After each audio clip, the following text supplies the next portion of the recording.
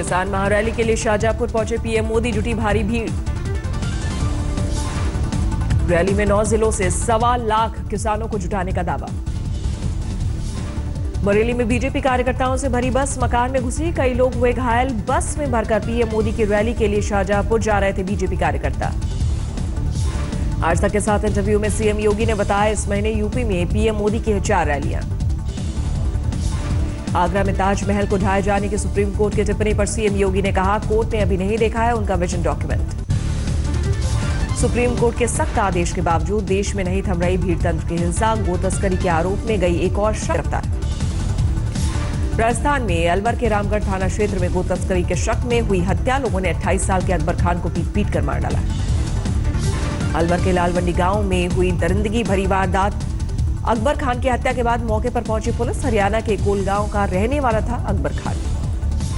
अकबर खान 2 गायों को खरीद कर ले जाते वक्त भीड़तंत्र का बना शिकार, इंसान की जान लेकर गौशाला भेजी गई गाय। पुलिस ने मौके से जुटाए सबूत, डॉग स्क्वाड की भी ली मदद। मेडिकल बोर्ड करेगा अकबर खान का पोस्टमार्टम, शवगृह में रखा है शव।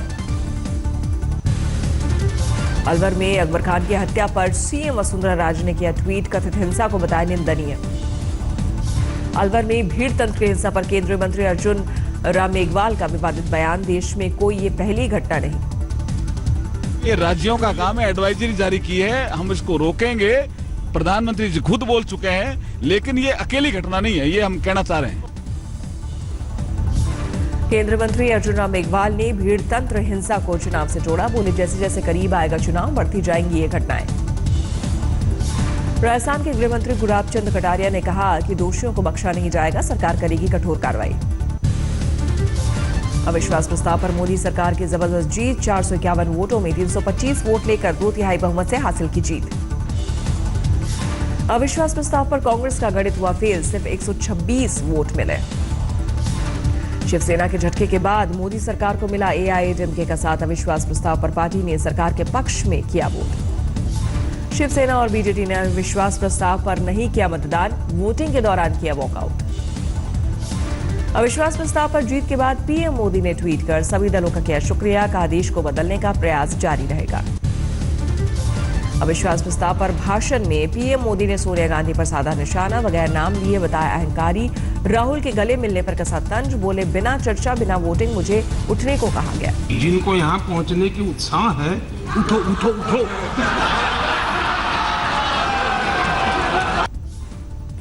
राहुल के आंख में आंख डालने वाले बयान पर पीएम मोदी का पलटवार, कहा हम तो कामगार हैं, नामदार के साथ आंख में आंख कैसे डाल सकते हैं।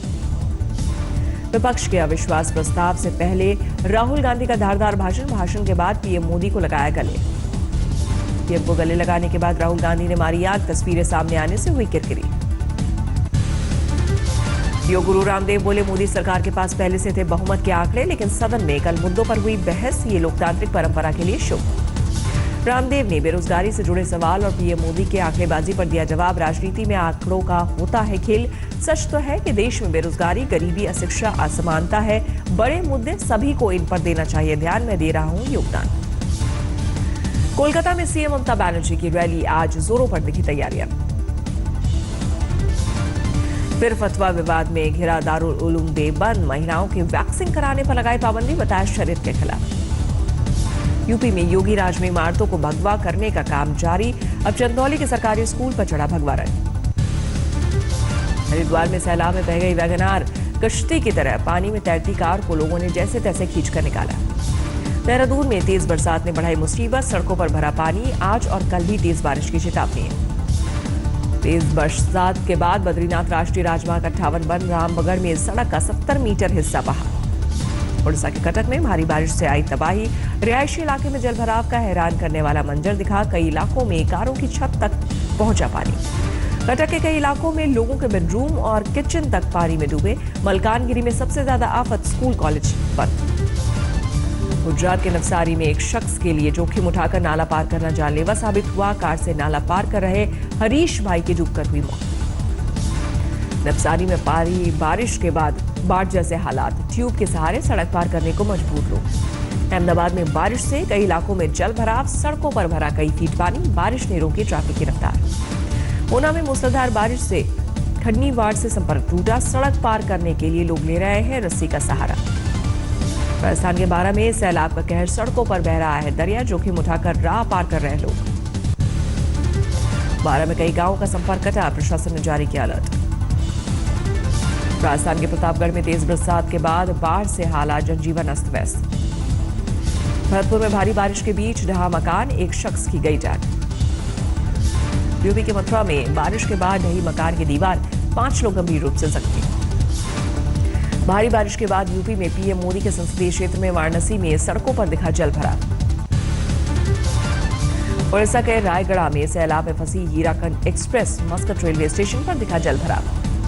हरियाणा के फतेहाबाद में पुलिस ने 90 महिलाओं से रेप के आरोपी तांत्रिक को किया गिरफ्तार। वीडियो वायरल होने के बाद सक्रिय हुई थी पुलिस। छापेमारी में मंदिर परिसर में तमाम दवाइयां और इंजेक्शन बरामद।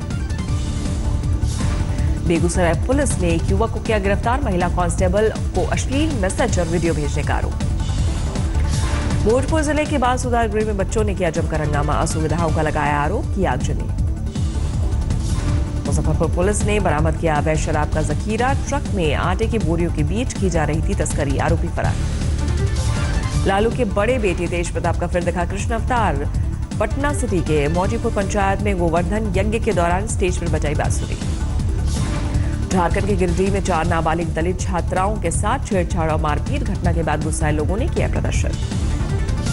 नोएडा के सेक्टर 49 में 25,000 का इनामी गिरफ्तार, सरकारी जमीन को अपनी बताकर बेचने का आरोप।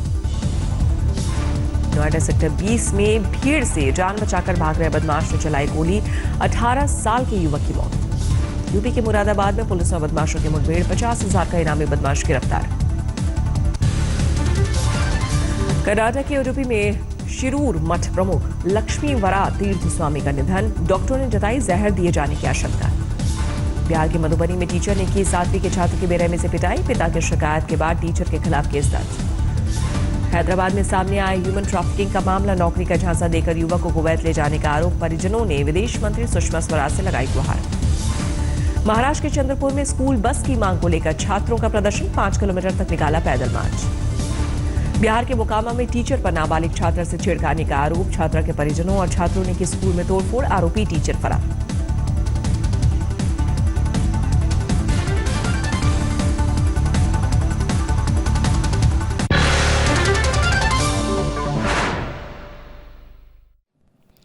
लेटेस्ट खबरों के लिए यूं ही देखते रहिए आज तक और इस वीडियो के पसंद आने पर लाइक, शेयर और सब्सक्राइब करना ना भूलें।